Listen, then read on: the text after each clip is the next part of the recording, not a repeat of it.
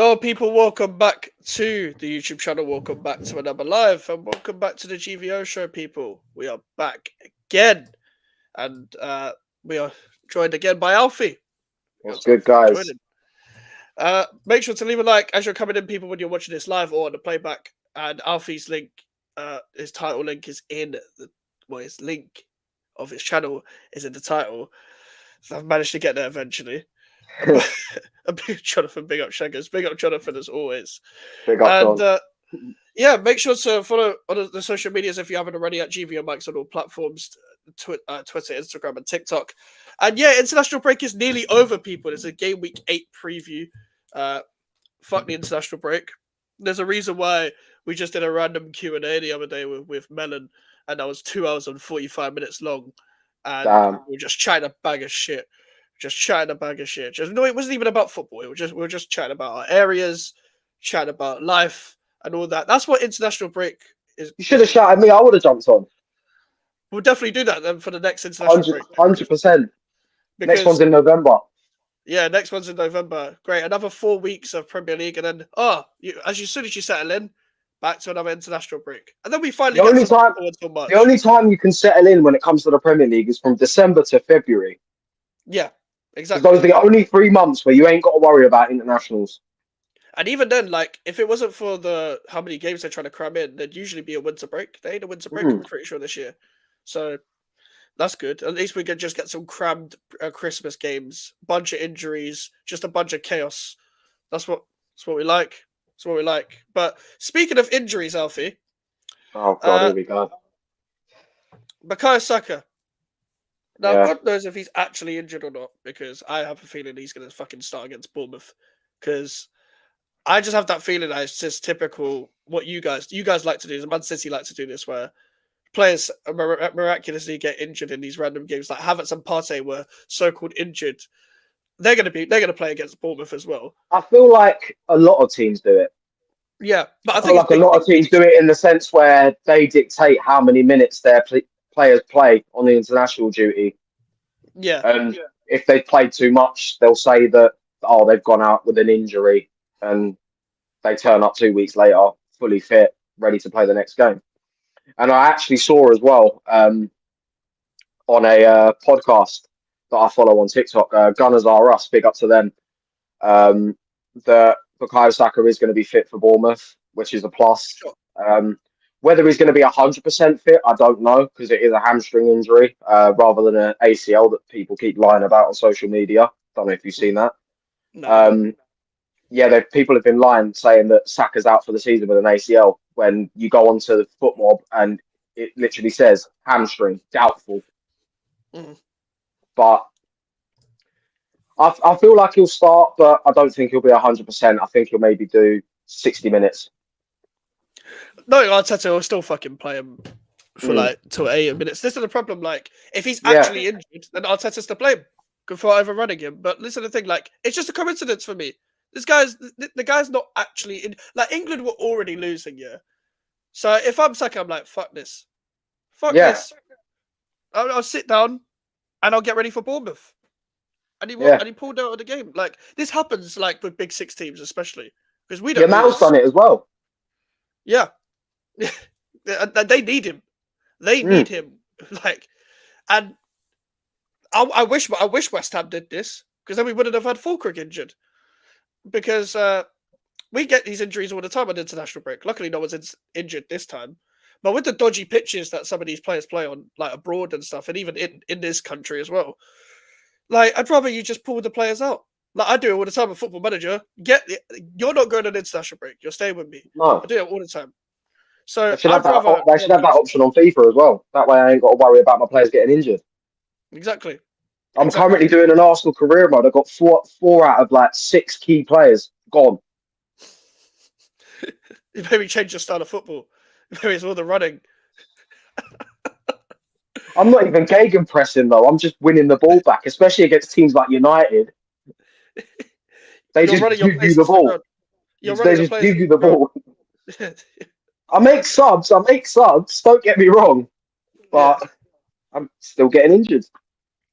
Man, like Alfie Arteta, bruv. Yeah. Phil Jones with his podcast on with Rio Ferdinand said that Jose Mourinho told him to only play one game on international duties. Yeah, see, it happens. Mourinho is the king of that as well. Mourinho is the king of shithousery Mm, and mm, all the game management stuff as well. I remember it mm. was I can't remember whether it was Real Madrid or Chelsea where he told the two players to have an argument to delay the goal kick and just slow the game down when he was wasting time. I can't remember whether that was Chelsea or Real Madrid, whether it was John Terry or Ramos, but I think it was one of them two where he told the players to just stop and just have an argument Yeah, to I delay know. the goal. I know what you're on about as well, but I'm the same as you. I can't figure out whether it was Madrid or Chelsea. Yeah, yeah, it was one of them. I want to say it was Terry and Cahill that had an argument. Oh, it was Ramos and Alonso. It was Ramos and Ramos and Alonso. There Alonso. we That go. makes a lot of sense. That's the thing. Like, this is the thing, though. Is it a coincidence that Martinelli, Havertz, Partey, and Saka are injured at the same time? Like, yes. Like, they're not in. They're injured as well. Like, Havertz and Partey probably had a slight bruise on their shin or something, and they were like, "Pull you out." They'll all start on Saturday. Yeah, exactly. And this is the thing, they'll peddle it like they peddle it out to Sky. All the clubs do this. They peddle it out to Sky, and Sky put the whole thing on Instagram like, oh, like their Partey and Havertz have been assessed, but luckily they'll be fine against Bournemouth. Yeah, no shit, they'll be fine against Bournemouth. It's the international break. Like this is what people do on the international, well, Big Six teams do. We need to do this. I don't know why we don't do this. We need to. Like, I don't care how if they're not important, pull them out. I don't care. I don't care. Do it with Kudus. Say Kudus has got a knock. Do it. Yeah. Just do it. I can't be asked with Kudus going to Africa, Paquetá going to South America, Antonio going to the Caribbean, Rodriguez going to South America. I can't be asked with all of this because every club has it, don't get me wrong. But because I'm just looking at from my perspective, from my team's perspective, they're important players. Just pull them out. Wait, does anyone in your defence play international? No. No. Luckily. Not even All our back Kilman. forward. No. Kilman ain't getting called up to England. Oh, what is he representing England? I thought he was representing Ireland. No, he's not Irish. Well, he might be a bit Irish, but he's not representing them. Like Oh. he could have got a call up because Konza pulled out and Maguire was injured. So, but like this is the problem with these managers. They don't look at beyond the Big Six teams. You know, Solanke's only just got his call up. You know, Yeah, I feel like it with situations like that. I feel like a lot of these international managers, they'll get the players from the Big Six out of the way, and then whoever's had decent form from up until the international break will get in. People like Solanke, people like Angel Gomez, Gibbs White, people like that. Yeah, the fact that Angel Gomez and Gibbs White wouldn't even get call ups now if it wasn't for the fact that the manager managed them already. Like, so hopefully whoever the next manager is going to call up someone like an Angel Gomez because he was already looking good like before this. So he needs to be given more of a chance, in my opinion. Like he's probably a midfielder that England are kind of missing anyway, the one that can just play make from deep and stuff. Yeah, like that's the type of player that England are missing. Apparently, Saliba's had a stinker and Tielemans missed a penalty. I didn't even know Belgium and France were playing, but like fair enough. Like this is the thing. This thing of international football. There's good games on it. So it's like big nation versus big nation. I ain't watching it. it's just boring. I ain't watching it. Like, because I can't, first of all, I can't be asked to get a link for an international game. It's not on ITV or whatever. All these games, it's just England that's on ITV and stuff like that. I can't be asked to watch it. Like, I'm a lover of football, but if this was like when we were growing up and we were watching all these ballers play for international teams, then cool, it's fine for the odd friendlies. But Nations League, I can't be asked for this Nations League nonsense. Like, who cares? Who cares? You don't get anywhere from it, by the way. You just finish first and that's it. England got relegated in their Nations League group. It didn't do anything, like in under Southgate in 2022. Yeah, we played Germany, Hungary, and I can't even remember the other team. They're live streaming it on YouTube. So Are they actually? They're trying to get them super chats. The man's on YouTube looking it up. Look, his whole screen has gone off. So your whole setup, by the way, was your fucking screen. They actually are. Right in the room. They actually are. They actually are streaming it on YouTube. For fuck's sake! This is like that's the most Nations League thing I've heard. But Emerson doesn't get called up anymore. He hasn't been called up for a very long time. Like for as long as he's been at West Ham, I don't think he's been called up to Italy. I remember he played in the final against England. Obviously, Spinazzola was playing most of the tournament. Then Emerson had to come in and do a job, but he hasn't been called up since Mancini left. I don't think so. I think it was Mancini that liked him, and he wasn't called up for the Euro squad. Listen, Emerson's had a good season. Like as long as he, like it's good for us because he's 30, he's still having a decent season, and he can get a rest. Like a lot of our players are on international duty, but they're still like we still got a lot of players home. Like Tadibo is still there, Wan-Bissaka is still there. Bowen didn't get called up for England. I was happy because that means Bowen gets a rest and he gets to prove himself and have a chip on his shoulder. Like, oh, you're going to drop me for England, yeah? I'm going to show you something. And I Yeah, think he already did against Ipswich. He already showed that against Ipswich when Calvin Phillips let him through and to just the score and stuff like that. That is, by the way, that clip. If anyone's seen that clip of Calvin Phillips trying to defend Jared Bowen, a player that he's actually played with before, he shows him onto his left foot. How do you show Jared Bowen onto his left foot? That is one of the most basic things you could do as like when you're defending against your opposition. Show them onto their weak foot. He doesn't do that. He doesn't do that. He just lets him go through. Like Bowen is going to show people if he's used properly for once by this manager that he shouldn't be dropped for England. Listen, Madueke's done well. Cole Palmer's done well on the right. Saka on the right. Cool. But Jared Bowen should be in this conversation by far. And Jared Bowen is not some dickhead guy. This guy is levels. He will show you levels if you put him in the right places on the pitch. He's a goal the guy scorer. scored the winner in a European final, for God's sake. Put some respect on Jared Bowen's name. Yep, he running behind. He's a clinical guy. His father-in-law's Danny Dyer, bro. He'll fuck you up. He nearly got 20 goals last season, bro. Exactly. He got 20 goals. Like people need to respect him. Like he's going to show people that. Listen, this is why you don't drop me. This is why you don't drop me. I'd have him over Foden. Yeah, that's the thing. Like he's putting better performances than half these players. This is the thing. Speaking of England, part of the title put in. What's it? Lee Carsley. He thinks that the job deserves a world-class coach that's won trophies, and he's still on the path to that. So it's pretty much a hint that he doesn't want the England job, and apparently he's rejected it anyway, according to some sources. So I don't know who the England managers are going to be next. Who do you think he is? I keep hearing we're holding out for Pep. Yeah, that's the thing. We're waiting for Pep to make a decision on whether he's leaving City or not, and then if he is leaving City, we'll pounce. But whether we're strong enough in our negotiations to get someone like Pep Guardiola as England manager, we don't know. But it's all speculation at the moment. But we're just all waiting just to see who's going to actually have the job and whether they can do the job required. Yeah, like I don't think the FA have the facilities to negotiate with Pep. I'll be real. I don't think they can negotiate a deal to get Pep. I don't think Pep as an international manager would be interested. I think he would still win stuff for England, but it's such a pipe dream that it's just way too unrealistic. I don't think he'd want that. I don't think he'd want. Don't get me wrong, the fans would get behind him and stuff as well, but like this, the squad will probably need someone like him. But nah, that ain't happening, man. That ain't happening. I feel like if Pep was going to get an international job, it would probably be Spain.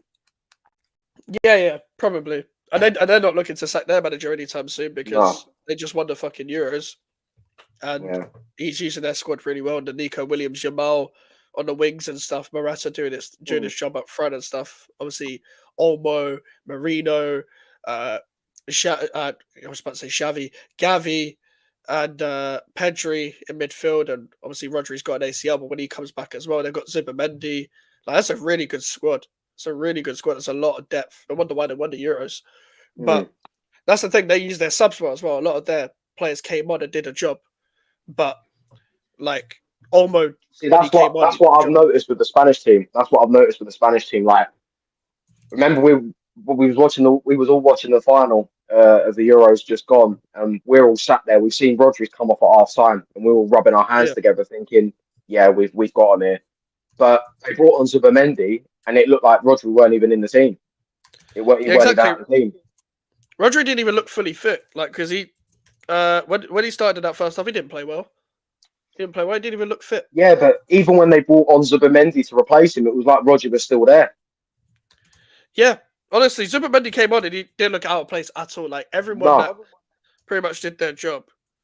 Like everyone that came on pretty much did their job, and it was like the other player like wasn't missing at all. It's like everyone was ready.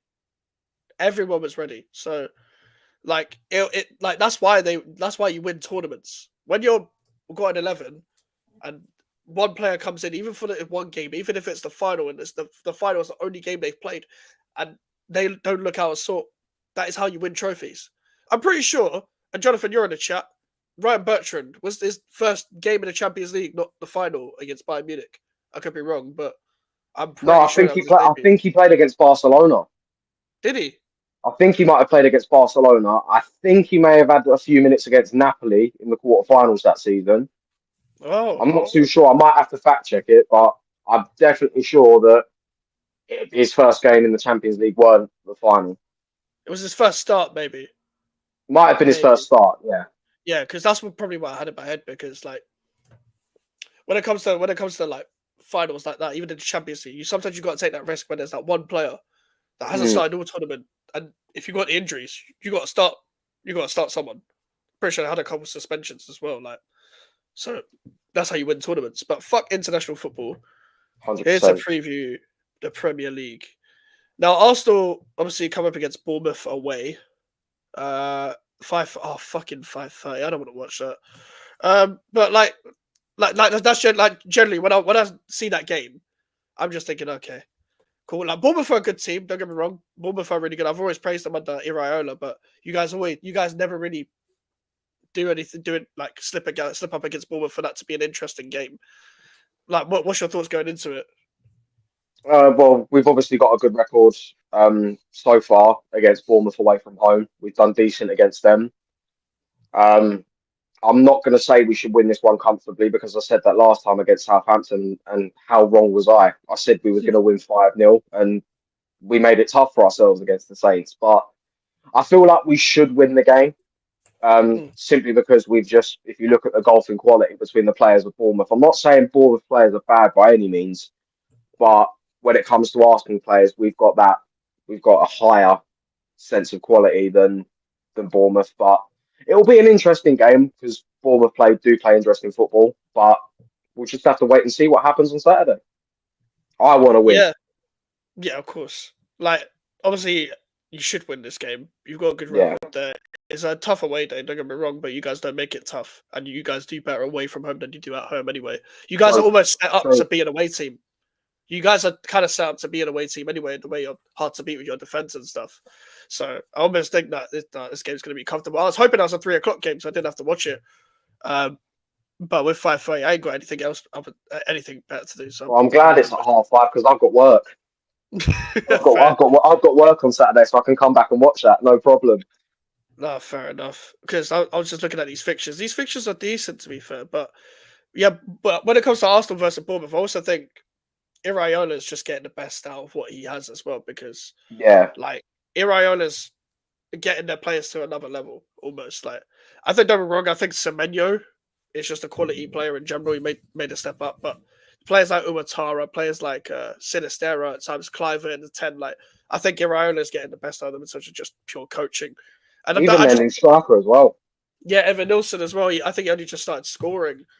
So I don't think they've got the attackers to hurt you like that, really, apart from Semenyo, where Calafiori is going to have a battle if he plays up against Semenyo. I'm assuming it's going to be Calafiori because that's the back border, like Calafiori and Timber. Assuming Ben White, even if he is fit, probably won't get picked because the last 2 games was Calafiori and Timber, I'm pretty sure. Yeah, I feel like that's going to be an interesting battle across the season when it comes to Arsenal as to who gets that starting right back spot, because Ben White's been solid for us for the past couple of seasons when he's had to play there. But Timber's come in, feels like a fresh signing, and he's killing it on that right-hand side. Yeah. Do you think Calafiori and Timber's the better fullback partnership, or do you think Ben White and Timber?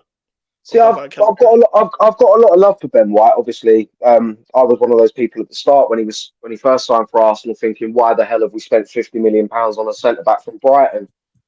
But ever since he moved over to that right hand side, I've just been amazed by his performances. Benny Blanco, we love him at the Arsenal, but Timber's he's putting in a shift. Timber's been fantastic so far this season. Hasn't really put a foot wrong. And as for Calafiori, he's a massive upgrade on what we've got on that left-hand side, because Zinchenko's poor defensively. Tierney's just poor in general. Whereas Calafiori, he's got it all really. He's fairly quick. He's strong in defence. He can push forward as well. What's more? What more do you want? Yeah, true. He started well. He started really well. I think it's going to be interesting to see how he gets on against these wingers that love to run down the wing and stuff, and maybe not cut in as much. Because I always look at Calafiori, and I still need to look at him a bit closer. Where you're putting a centre back at left back. So how is he going to defend well in wide areas and stuff like that when he comes up against them wingers that want to take him around the outside and stuff? So that's the only thing I will say that I need to watch a Yeah, bit closer to see if he's good enough for that. Because Timber's done well in that. I think Timber's more comfortable in that. And Kivior did it a obviously, couple of times last season as well. yeah, yeah. And that's the thing with Kivior. I don't think he's terrible. I think he's okay. I think he's a good squad player. But with Calafiori, we're going to see if that's that upgrade that Arsenal have really bought, Yeah, because you guys were meant to buy starters in the transfer window. So that's the thing I'm looking at. How are your new signings going to come out and make an effect? Because realistically, it's still the same squad as last season, but just Calafiori at the yeah. moment. You haven't really done much. You've got a backup goalkeeper in Neto. He ain't even going to be available for this fucking match day No, squad. it'll be Jack Porter on the bench. That random 16-year-old. 16-year-old boy. Yeah, it'll Jeez. be on the bench. Because you ain't playing Sterling and you ain't playing Marino because Marino's just come back. So I don't get the it's situation behind why we're not playing Sterling. I mean, we started him against Southampton. He didn't really look great. mm, But we've brought him in. I've always assumed because he can play on the left and the right. I always assumed that he was going to come in and give Saka a break, but it hasn't really looked like that. He's been coming in on the left hand side, and when you're looking at starters on the left hand side for Arsenal, you've got Martinelli and Trossard. yeah. So where does Sterling fit into that? Yeah, that's the thing. I just thought I didn't rate that signing because it was just like that's an opportunity. You saw an opportunity. You wanted another attacker, so you're like, okay, we've got Nelson out. Let's fill in the numbers. That's what you do. That's Yeah, what you guys did. You filled in the numbers, and Arteta likes to do that odd stuff where okay, it's against Southampton. I can rotate a bit now, but even then, he's not rotating Saka. no, He's not rotating Saka. He never will. He never will rotate Saka unless you guys are like 2 or 3 up against Bournemouth. And even then, we don't know if Saka's coming off as a sub. We it's don't gonna know. it's gonna it's gonna get to a point where we're gonna start saying that Saka's gonna be done by 30 because of the amount of games he's playing week in, week out, Yeah. not getting a rest. We've seen it Yeah. happen before. Mm. We've seen it happen before. Players like Jack Wilshere, those young players, when they play too much at a young age, Mm. they're done by the time they hit their 30s. Rooney, Michael Owen. Exactly. Rooney wasn't done, but it was just like Rooney just looked You like he could was about see 60. you could see that when Rooney lost his pace, he was done as a player. Like he still had the technical ability, but his pace, he relied a lot on his pace. Yeah. Yeah, people forget how quick Rooney was. I saw a clip of that the other day. I think it was on Gary Neville's soccer box. It was a clip from there where he was talking with Rooney about his pace and stuff, and he was talking about the team with Tevez and Ronaldo. And Rooney doesn't Mm. look fast when he's running, but he's getting He past these moves. players He very easily. moves. Yeah, he looks like he's trying to catch up, but he's actually going past so many players just with his I pace. remember there was one time when United come to the Emirates. I think it was the 2009-10 season, and Rooney had just laid a flick onto Nani, and as Nani's running down the right hand side, you can just see from the halfway line Rooney coming into shot slowly, and he's busting a gut to get there, and he puts the ball in the back of the net. I'm thinking, fuck's sake, how's he got there then? Yeah, he always found a way. That's why he kept moving into midfield and so deep in deeper positions all the time. Like when he got older and stuff. That's the thing with Saka. He started young and he's playing a lot now, and he's only like 21, 22 or max Yeah, 23. Like the guy's gonna be done by 30. We saw this with not, and this was even worse with Rashford because he's a yeah, worse player, but also because he was injured and Ole Gunnar Solskjaer kept playing him with injury. Not that he's that good anyway, but you're meant to be an explosive player. He's lost this explosiveness. He still has pace, but he's lost that explosive pace where he was bursting onto the scene. He's already lost pace. mm, Like someone that's been managed properly, for example, and their career has been managed properly. I'm going to use this example as Kyle Walker, yeah, because the only reason why I'm using this example is because not only the pace compensation, but because I've just seen him kind of fall off this past year. But he's 33; it's understandable. yeah, He yeah. started young at Tottenham, went on loan to Villa, had a good career at QPR as Tottenham, well. Yeah, QPR as well. Had a good career at Tottenham, then went to Man City, but his minutes, he wasn't overdone with the minutes. Like Pep managed his minutes. Pochettino preferred Trippier. Pochettino was preferring Trippier over Walker. I don't know why, but cool. But Walker went to Man City, did his thing, but Walker's only just lost his pace and he's like 33. That's someone whose career's been managed properly. That you could expect that. When it's like Michael Yeah, Owen had the same thing. Obviously, I didn't see his whole career, but when Michael Owen was falling off, Man United, Stoke, whatever, he was done. He yeah. was That done. And we started watching football around the time that Michael Owen started falling off. yeah, pretty much because he was at Because Real Madrid. we started around the time when he moved to Newcastle from Real. Yeah, pretty much, and that even that move came a whole lot of controversy and shit, like with the fans and with Shearer and shit like that. That's the thing. This is the same thing that's going to happen with Saka if people are not careful with minutes and Mm. using young players. This is why when you have a great squad, you use the young players as squad players, even though Saka Yeah, shouldn't be a squad player. I'm saying, like, for example, in the Champions League, when you're coming up against Transponsable or whatever, you don't play Saka. When you're coming up in the Carabao Cup, you don't play him. When you're coming up in the FA Cup, you don't play him until you come up against someone big. I'd say our next Champions League game would be a good time to rest him. We've got Who's your next one? Shakhtar. We've Oh, got Shakhtar. Shakhtar. Oh, okay. Yeah, see, you That would be don't the play. perfect time to rest him. Play Sterling. Yeah, It's easy. Play Sterling, play Jesus. You can do that. And you'll still be. I can see it. You can see it. Why can't Yeah, Arteta see it? that's the problem. That's why I don't get. If that's why I don't get with managers. Like, if the fans can see the logical thing, why can't you see? Are you just being stubborn because people are saying it? Are you letting the Yeah, narrative get to your head? That's my problem with it. But overall, with this Bournemouth game, I'm assuming you're quite confident then. yeah. I'm not overly confident in the sense that we'll walk it because I know it'll be a tough game. Bournemouth are a good, solid team, and they've proved on many occasions that they can give us a run for our money. But Yeah. I feel like it's a game that we should walk out of it unscathed and with 3 points in the bag. Well, the last GVO show we did, we were discussing Man United and Ten Hag, and we're just like after the Man United game. We're in the 14th of October, currently 8:31. Ten Hag still has a job. How? Like I don't know. I Who's he don't giving slots to? honestly. He's giving Honestly. slots to Dan Ashworth. Guarantee it. Guarantee it. That's the only explanation. I don't get. Do they actually think he can turn this around? Like that would be just to show even more incompetence than we've seen already from this Man United board. Because these Man United fans hype up everything that's a change. So they thought this Ineos era was going to change everything and be ruthless and stuff. Nope. Same things are going to happen. Bruno Fernandes was given a new deal. Like shit. Like your window was decent, but it wasn't that good. You had a lot. They gave Bruno a new deal and he responded by getting 2 red cards in 2 games. Yes, the first one got turned over, but it was still a red. It still got sent off twice in 2 games. Who does that? Yeah, yeah. I like he's a head case.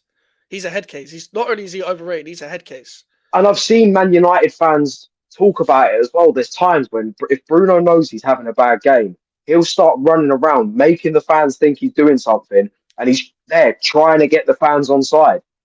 But in reality, he's doing fuck all. Exactly. People have been saying this for years. He's just a run around merchant. Like He's a hype man. Tries to become a passion merchant. Yeah, he is a hype man. He's a football hype man. That's perfect. Because the guy will just lose his head, not get control of the game, all of a sudden start getting frustrated at the ref and then start kicking people, and then fans will applaud it. But he's actually done nothing within the actual game itself. You're meant to be a creative number 10 and all that nonsense. You're not. You're not a creative number 10. You're just a guy who just shoots from long range now and then, got okay technique, but you do it every like 15 games. And then people call you world class and shit. It is bollocks. The guy is just nonsense. Like, the thing is, that club is just nonsense. Not my captain. Because you're not mine either. Not my captain. Then again, my captain needs to prove to people that he should have been dropped by Lee Carsley. Yeah, and my captain's injured. I doubt Fulkirk is leaving. in January, Colin. Big up to Carl as well, as Big up, always. Carl. But Man United have got, who have they got? They've got Brentford at home. That is not easy. That is not easy. Another goal inside the first minute. I'm guaranteeing you. I'm going to be watching final score on Saturday. There will be a goal inside the first minute. I know they didn't get one last weekend, but I guarantee it because it's Man United. Man United will panic and they'll get one inside the first minute. To be fair, they did get one in the first minute, but it was just shorter. It was just longer than the 30 seconds ones they were getting because they scored against Wolves. But it's because they didn't win the coin toss. Every time they win the coin toss, they get because Thomas Frank said they were practicing coin tosses all week. Yeah, you can't practice a 50-50. You can't. Like that's ridiculous. Practicing heads or tails. Like how do you practice heads and tails? You're calling a coin. You're not practicing set pieces. Yeah, exactly. The luck of the draw. It either lands on heads or tails. He must have been taking a fucking piss because, like, against Man United, he's gonna get that early goal. The thing is, like last year, the only reason why they lost to the only reason why they won against Brentford was because McTominay scored 2 last-minute goals somehow. Yeah. I don't even know how that happened. So they're gonna struggle. And now they've sold McTominay to Napoli. Yeah, exactly. And now he's probably scoring for Napoli. I didn't rate the guy, but he's a Conte guy. He scored inside the first minute for Napoli. That, like, again, with this scoring inside the first minute, so maybe he should have just joined Brentford. Like, it would have been perfect. Match made in heaven.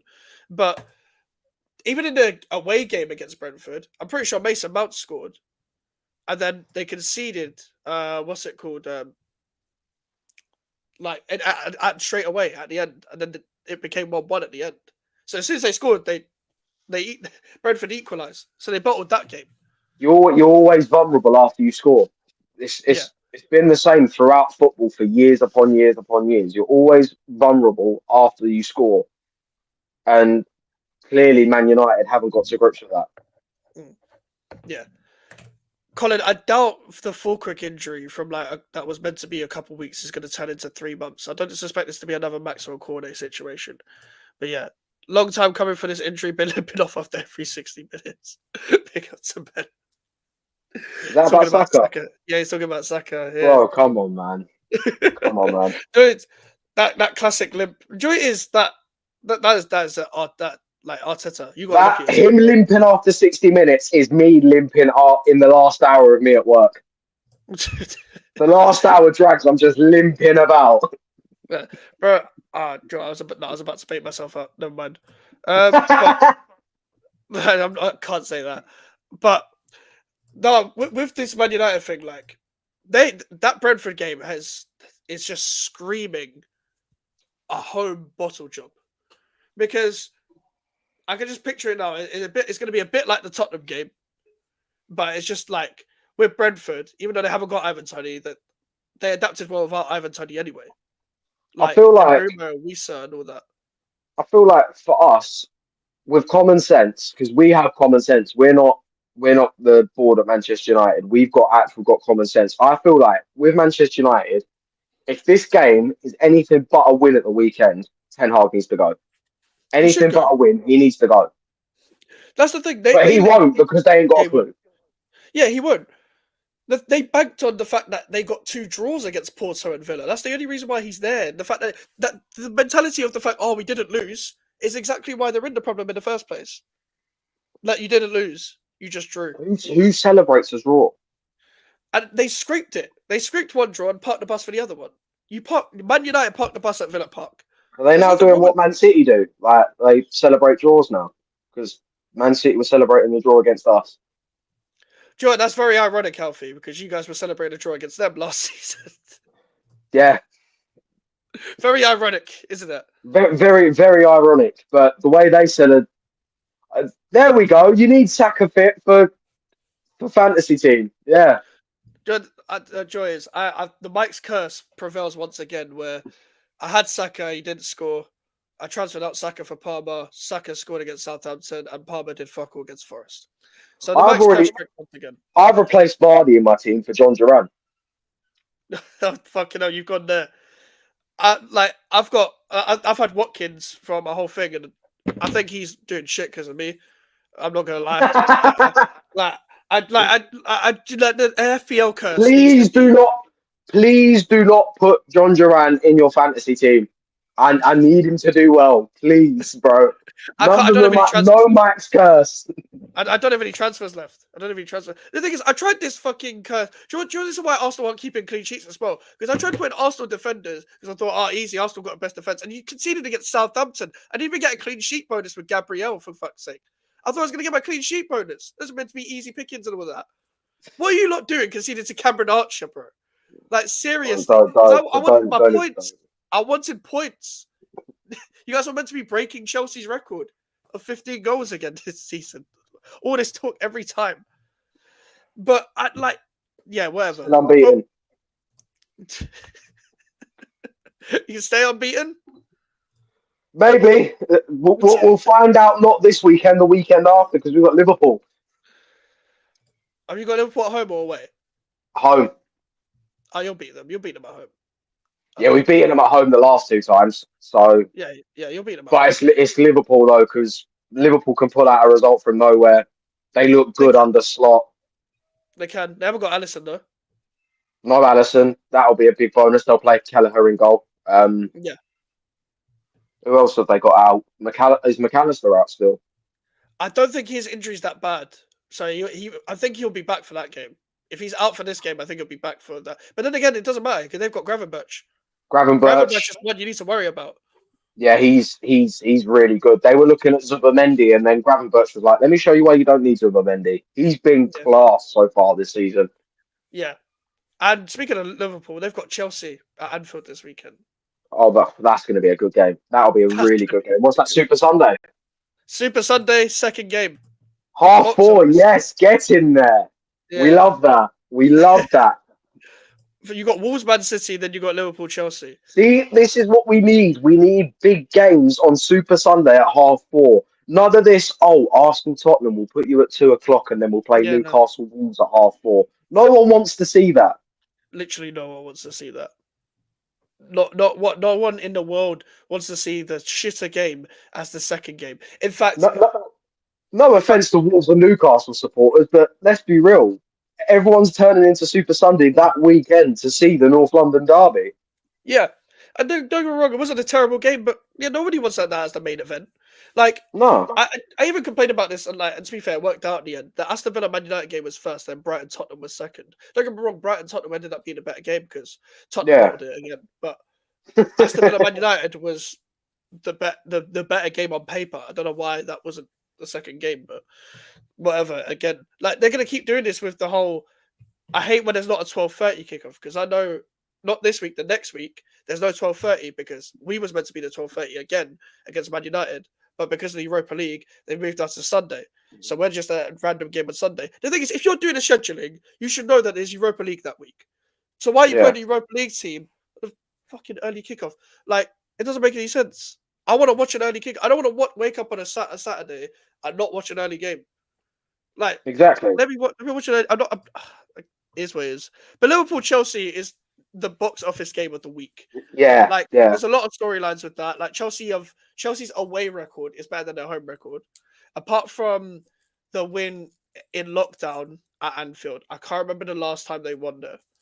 They beat them 1-0 in the lockdown season where Liverpool was that 6 home games in a row. Was that the same season that Chelsea won the Champions League? Yes. When Lampard got sacked for Tuchel. Yeah. It was that season, yeah. Mount scored against Liverpool, I think. I think it was Mount that scored. This is when Liverpool lost to Fulham, Burnley at home, Man City at home, lost to Chelsea at home. This was after Van Dijk got beaten up by Pickford and was out for the season. Yeah, this is when they had Ozan Kabak and Nathaniel Phillips as their centre-backs. Yeah, at some point playing Fabinho and Henderson at centre-back as well. Yep. Just to get a strong enough team out. This is when that was a terrible season for Liverpool. That was a bad title defense, but not only that weekend in lockdown football was crazy. You had Leicester beating City 5-3.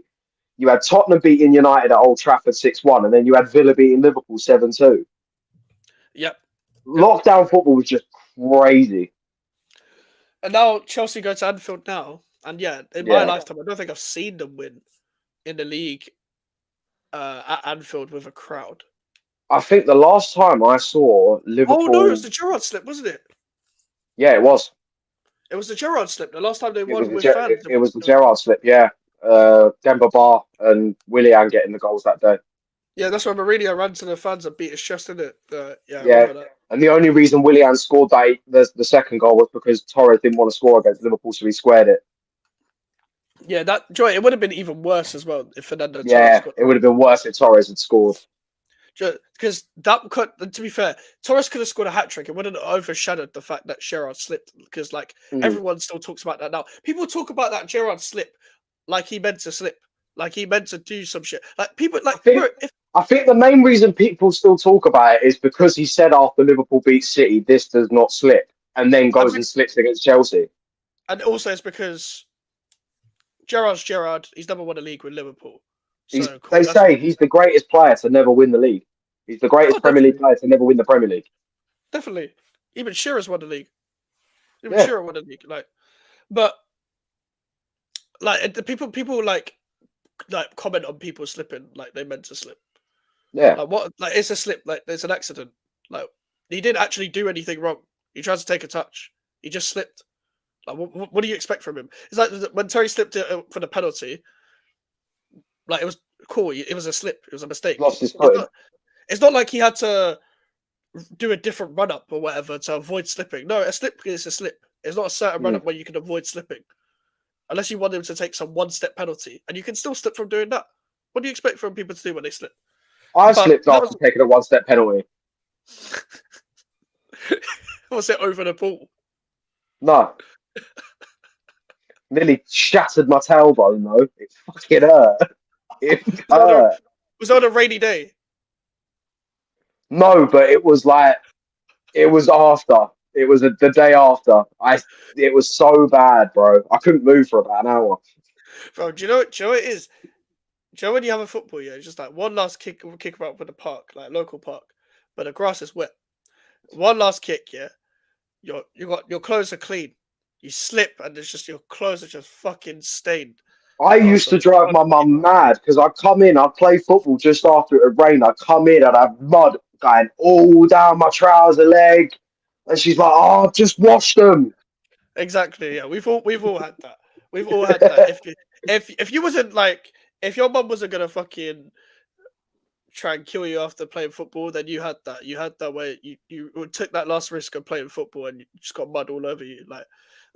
I think my mum generally hated me playing Sunday League at one point when I was playing Sunday League because I was a fullback, so I was getting stuck in anyway. I was barging people or doing all of that. I was doing all I'd be the exact same though. If you're gonna do it, go the whole way. Don't do it half-assed. If you're gonna do it, slide. Yeah, bro, my legs were mud. My legs were just mud in the end. I was just made of mud. I had a long sleeve t-shirt. Even I didn't want one. Yeah, it was literally mud man. Literally mud man. Because we had a black and orange kit. Forget the orange bit. The orange bit was gone after that. The orange bit was black and brown. Black and brown. It was just black and brown, bro. If people didn't know what Sunday League was, they would have thought I just shat all over myself the way I played. It was a chocolate humbug. Yeah, you can say that. You can say that. We've all had that. We've all had that. Yeah. How do you think this Liverpool Chelsea game is going to go? It is going to be a really good game, and I'm looking forward to it. Obviously, as you said, it's the box office game of the weekend. All eyes in the Premier League will be on that game. It's not going to be an easy game for either team because Chelsea are clicking into gear and Liverpool are looking good on the slot. I think it might be a draw. Yeah, I was thinking the same. I could see it being a draw. Yeah, especially with Chelsea's form. I don't think they're there yet to beat. Listen, Nottingham Forest beat Liverpool, so at Anfield. So you never know. But Liverpool, I mean, Nottingham Forest are a bit more tighter in defence. I don't think Chelsea are clinical enough and tight enough even though the defence is improving, that compacted defence to get a win there. I feel like that's where they'll struggle to get the win is because with Chelsea at the moment, it feels like their way of winning is just scoring more than the opponent every time, whether they let 2 or 3 goals in. Like we saw it last season, we've seen it so far this season. That's where they'll struggle. Whereas Liverpool, on the other hand, they've got a bit of solidity in the defence. Van Dijk, Canate, Trent playing well, Robertson.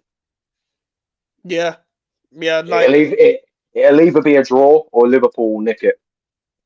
I can't see Liverpool not finding a goal Mm. against Chelsea. I do think that would be a draw. Also, it's a quite interesting storyline if Caicedo performs well at Anfield after Yeah, the yeah, because we didn't yeah. get that. We didn't get that storyline of last season because Chelsea was shit last season. So Mm. like Pochettino was always going to fuck it up. But with now, like Caicedo's got something to prove from last season. I've been like, listen, I don't know whether Lavia is going to play. I don't think he is. But if Lavia was to play as well, he would have something to prove. If in that case as well, Reece James is back in training. We'll see how long that lasts. But they've finally got a fully fit squad. Enzo Fernandez ain't playing great, but he's not playing terrible either. Like Sancho against Trent, that'll be a good battle. I'm looking forward to that. I'm looking forward to that 1v1 battle because I think Sancho will have him because Trent ain't great defensively and Sancho can manipulate the ball quite a bit against fullbacks. He's just been sitting players down. Even when he didn't Yeah, play great against Forest, he sat Ola down, and Ola has been good. Ola has been good this season, so that's saying a lot about what Sancho's doing. Madueke, we'll see what kind of performance he can come up with. Cole Palmer at Anfield. You know Cole Palmer loves a big occasion. The guy pretty can much on his mirror first chippy year. chips. Yeah, bro. I was sitting in Wembley. Yeah, I was sitting in Wembley for the England I did Greece game. see. I did see on your Instagram story. And every time Cole Palmer got the ball, the guy behind me wouldn't fucking stop saying chippy chips. Every time he got the ball, it's like, oh, it's chippy chip. Give it to chippy chip, bro. Shut the fuck up. Shut up, please. You should have Like, turned around to him and gone blank faced and went, "What?" just bro. Anyone knows that Kanye lyric? It's not funny anymore. Try different jokes, please, please. Just find something else to say. Every time you got the ball, every time. Oh, it's chippy chip. Oh no, Just chippy chips, I like cars, you know. bro.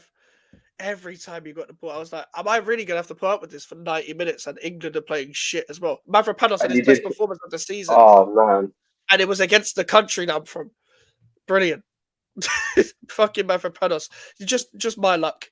But it felt like it was going to happen as well. I felt like the Greece team before the game were like, "We've got to win this for George Baldock," yeah. and Rest in peace, they did. George Baldock. R.I.P. Yeah, Um, with these other games coming up, Wolves Man City. Obviously, Man City just about beat Fulham. But they still got the job over the line. they'll beat They're, Wolves. they're having trouble in defence. But Wolves are shit. Yeah, Wolves are dog shit. Gary yep. O'Neill's under pressure. Can Wolves do anything against Man City? Not that I know of. No. Nah. Like, even with how bad Kyle Walker's playing, even with how bad Ruben Diaz is playing, let alone Kyle Walker, Ruben Diaz has fallen off a cliff. Even with their unbalanced midfield, even with their lack of creativity without De Bruyne, they will still beat Wolverhampton Wanderers. Like, Wolves don't know how to create chances and not score. They don't put the chances away. They don't know how to defend. They don't have a team that can play a back four. I'm going to assume if Gary O'Neill is maybe 1% smart, he'll go back to a back five for this game, and then they'll have a chance, and they can catch them on a counter. Yeah, because But that's what's caught him out. That's what's caught him out because he's changed how they played at the back. yeah, they changed the whole formation from pre-season to now. And they're not a four and a back team. You didn't invest enough in the transfer window for you to change the whole team. They lost 5-3 against Brentford. They went like 3-0 down, 4-0 down in the first half or some shit. Yeah, Or like 4-1 down. Like, it was something ridiculous. got smashed by Chelsea. And the Wolves fans were getting at the director of football and the owners as well. They were getting at him. They were getting at them as well. So and it's at their ground. So it's just going to get toxic. It's not going to be like last season where Wolves beat Man City because they were No. motivated by the whole Mateus Nunes thing. Yeah. So, and they still had that manager bounce from Gary O'Neill being a new manager. So it was a bit different then. But Man City should get over the line. I do think this will be tough in terms of like it'll be end to end just because there'll be a lot of space. But Yeah.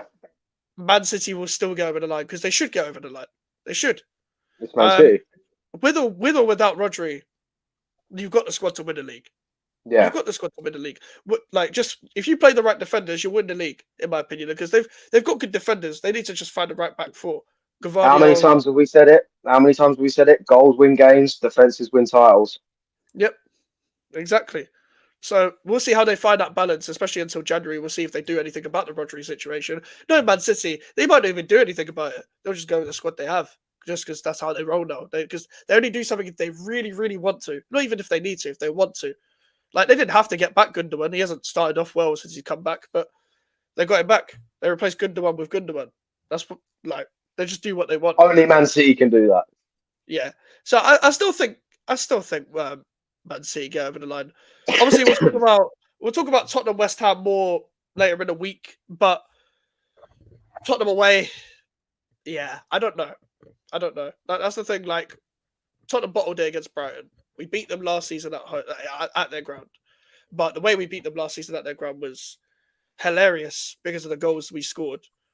Like, they were so lucky. It was just hilarious. Like, they actually did a back pass and fucked up a back pass. Their goalkeeper tried handballing a back pass and we scored in that game because of it. And the other one was just 2 deflections and Bowen scored. And we just parked the bus pretty much for that game. And to be fair, they didn't score against them. They had chances. They should have probably won the game. They missed a couple of sitters. Pedro Porro was just taking long shots. We're actually better in defence now. But it's whether we score.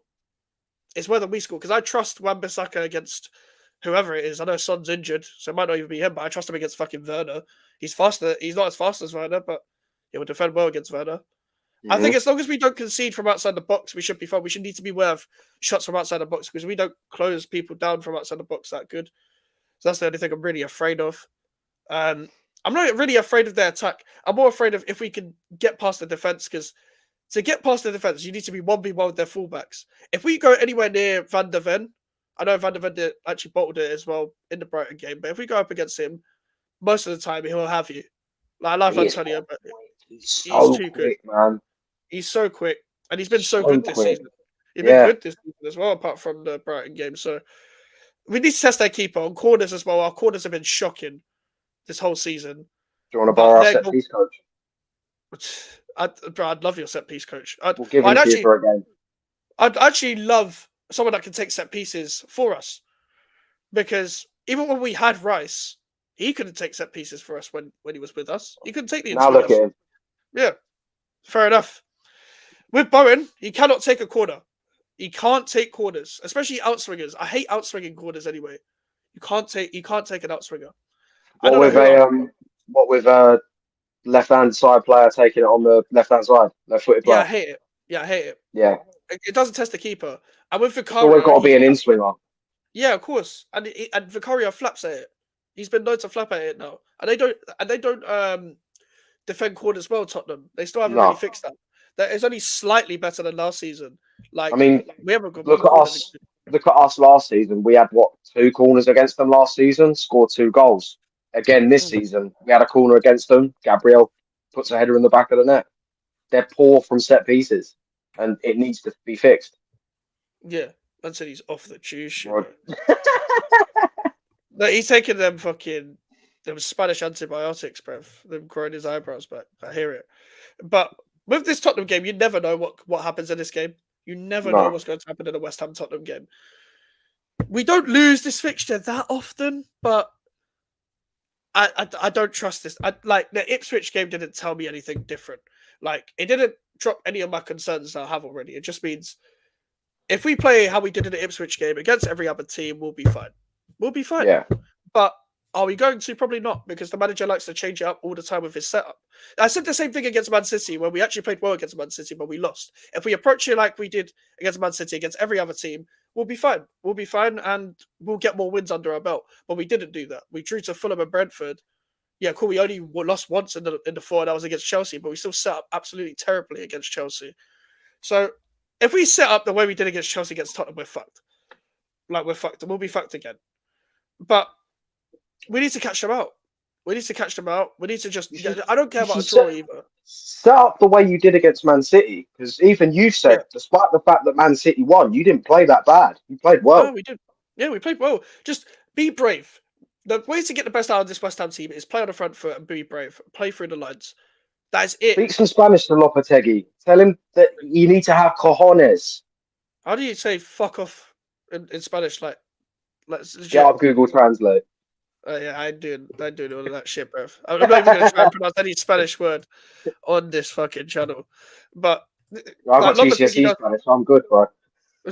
I didn't even pursue Spanish GCSE. I did it. But then again, I know 3 words fluently, and I just hope if I go on holidays to Spain that gets me through. I'll probably be speaking English there, depending on what part of Spain you Yeah, go to. Anyway, go Benidorm, you'll be sweet. go Benidorm, it's like Brighton. Yeah, There's just bare orange people, and that's it. But like with this game, like cool, Brennan Johnson's on form. We've got to be aware Brennan Johnson. Cool. yeah. He even scored for Wales. Cool. Little purple patch. That's cute. But as long as you defend well, as long as you defend the way you defended, pass between the lines, play on the front foot, you can get something out of this game. If not, if you defend cautiously, if you play cautiously the way you did against Fulham, the way you did against Brentford, we will lose the game. I don't Not to like this mention, picture. not to mention, take advantage of Spurs' high line. Yeah, exactly. They play their defensive line so high. Take advantage of that. Bowen's quick. Kudus is Yeah, quick. Knock the ball in behind. yeah, I agree. I agree. Especially with Paquetá, this is on you to put the ball in behind for these wingers and get the ball and dictate play. Exactly. And if Suchek wants to have like not even I respect him, but if he wants me to praise him again because he actually played quite well against Fucking hell, you Ipswich, said then his name. You said his name, Jesus. Usually you're calling him number 28. if he wants me to give him a bit of credit again, like I did against Ipswich, where he actually played well. He didn't score, but he played well. Do it again. Do that same performance again against Tottenham. Don't lose the ball. Just play it simple. Keep the ball. You're limited, but at least just pass to your teammates that are next to you. That's all I'm asking for. Sometimes the simple ball is the easiest option. You ain't always got to go for the extravagant 30-yard ping. Yeah, Just and as much pass it into a player. yeah, as much as I don't like Kudus on the left, you can get at Pedro Porro. You can get at Yeah, Pedro Porro, especially Pe- defensively. Pedro Porro can be got at. Yeah, and if they play the same midfield of Bentancur as the lone six and Kulusevski and Madison ahead of them, you could overrun that. You could overrun that. Wait, are Because they that's playing Kulusevski in midfield? yeah, they're playing Kulusevski in midfield. That's how What? they Because get this. Johnson's out wide. Yeah, because Kulusevski can't play the system like just as a wide winger. Because when he was with Conte, he used to just play as a third midfielder anyway, but just on the right. But now Yeah, they've got him playing straight in midfield. Him and Madison doing the same thing. But if they're going to play that same midfield, you can run that over because they haven't got Basuma to win the ball back and stuff like that. Bentancur on his own, he can be isolated, so just get at them. If you want to play the counter, that's fine because they'll leave space. But you got to actually shoot the ball more because this goalkeeper is fallen off a bit. Vicario, he's fallen off a bit. I know Areola hasn't been great, but Vicario hasn't been great either. Like you could really get at Vicario. So keep peppering shots. But we'll talk more about that game later this week. Two teams that haven't won a game: Ipswich versus Everton. Wait, Everton won against Palace, but Ipswich could finally get a result by playing at home against Everton. That's a 6-pointer, really. If we're looking at where the teams are going to be battling for the season, I think Ipswich, if you actually want to start winning games, you got to be Everton. Like they'll be tough. It'll be a tough game for them, but eventually you've got to start winning games. So there's also that. But yeah, Fulham Aston Villa, it's another 3 o'clock game. That's a good game as well. So it'll be interesting to see if Fulham can carry on. They've only lost one game, and that was against Man City, and it was 3-2 anyway. So they can take a lot of positives going into this season. They're surprising a yeah. lot of people. So credit to them as well. And Aston Villa could just carry on what they've been doing. They haven't won a Premier League game in a while, but they drew their last two. But if you could get over the line with that, it'll be fine. Another 6 pointer, Southampton, Leicester. Leicester finally won their first game against Bournemouth. And Southampton are terrible. That'll be a Um, Leicester win. yeah, I think, so put it this way, Southampton won't win that game. Like, put it that way. Newcastle Brighton is also another good game. Yeah. Newcastle Brighton, all these 3 o'clock games are actually decent. I can't lie. So it's kind of tough to see. I'd rather us played against Bournemouth at 3 o'clock and have Brighton Newcastle at 5:30. Yeah, or Fulham Villa. I That, would have had Fulham Villa at 5:30. yeah, I would have taken Fulham Villa at 5:30 for sure. Big up to Marco Silva. And Forest Palace is the Monday Night Football, which is okay. It's okay. So that's an okay game. I like what Forest are doing. are we still going to push it forward to 6:30 then? If Monday Night Football's on, We'll discuss it. We'll discuss it later. Discuss it off air because yeah, I don't know how how we're going to work that, because I know there's European games straight after in that week, so it's going to be hard to schedule that, but we'll see. But with Forest Palace, Forest are doing well. They're doing well. They got a draw against Chelsea. They went at Gibbs White for that game. He got suspended. Palace are struggling. I mean, not Gibbs White. Sorry, Gibbs White was injured. Ward Prowse was suspended. Ward Prowse, Yeah. obviously did that handball, and obviously Palace haven't won a game again. Typical Palace, shit club. So we'll see if how they get on. But that is the weekend that we've got to look forward to, and that Nottingham Forest Palace game is 7 days from today. Again, this week, go any quicker, please. But listen, Get regular football back. honestly, I can't be asked for another international break, but we've got another one coming up. Make sure to like the video, people. Make sure to subscribe if you want to. Alfie's link is in the title, so make sure to subscribe to him if you haven't already. Alfie, what have you got coming up? Match preview on Friday of Arsenal against Bournemouth for Saturday, and straight after the game on Saturday, maybe either 9 or 10 p.m. just before match of the day, we will have my match review of Arsenal against Bournemouth. Nice. Make sure to subscribe, people, to both of us. We're trying to get to 1K as soon as possible, people. And we're nearly on 600, 26 away. So we'll see if we can get there as soon as possible. But You're cooking, lad. You're cooking, lad. You're cooking. We're trying. And we've got a lot of things coming up. I've got a lot of plans for YouTube. So I'm just looking forward to the future. But listen, big up to everyone that's supporting. Big up to everyone that was on the Q&A as well a couple of days ago as well. Make sure to like the video and subscribe if you're new. Social media is in the description if you want to follow me, and the email for the inquiries. I'll see you guys later. Goodbye.